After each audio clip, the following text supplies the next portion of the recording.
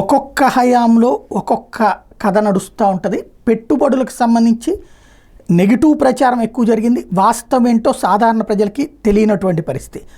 ఇప్పుడు ఓవరాల్గా చూసుకుంటే ప్రస్తుతం 2019-24 మధ్య రాష్ట్రంలోకి వచ్చిన పెట్టుబడులు 7,371 కోట్లు విదేశీ పెట్టుబడులు. ఇది మొత్తం కాదు, ఉట్టి విదేశీ పెట్టుబడులే 7,371 కోట్లు వచ్చినాయి అన్నటువంటి విషయాన్ని తాజాగా DPIIT ఏదైతే కేంద్ర ప్రభుత్వానికి సంబంధించినటువంటి department for promotion of industry and internal trade DPIIT విడుదల చేసిన తాజా గణాంకాలు చెప్తున్నాయి.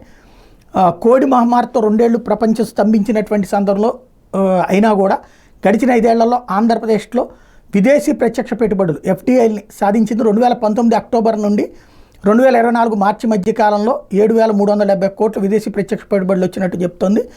ఈ 5 ఏళ్లలో విదేశాలకు చెందిన పలు అంతర్జాతీయ కంపెనీలు రాష్ట్రంలో పెట్టుబడులు పెట్టాయి. మరికొన్ని విస్తరణ ప్రాజెక్టులు చేపట్టాయి.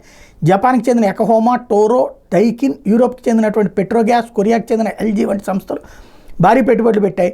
Hill top SEZ, Adidas, Mondelez chocolates వంటి సంస్థలు భారీగా విస్తరణ ప్రాజెక్టులు చేపట్టాయి.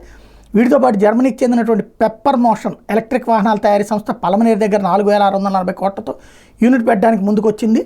వాస్తవ రూపం దాల్చిన పెట్టుబడులు, కొత్త పెట్టుబడుల ప్రతిపాదనలు పరిగణలోకి తీసుకుంటే గడిచిన 5 ఏళ్లలో రాష్ట్రంలోకి 35,000 కోట్ల విదేశీ పెట్టుబడులు వచ్చినట్టు పరిశ్రమల శాఖ ప్రకటించింది. ఓవరాల్గా 2019 నాటికి 2,222 కోట్లు అయితే 21కి 1,478, 22 2,606, 23లో 999 కోట్లు, 24లో 64.59, టోటల్గా 7,371 కోట్ల రూపాయలు పెట్టుబడులు విదేశీ ప్రత్యక్ష పెట్టుబడులు వచ్చినాయి అన్నటువంటి హైలైట్ అయింది.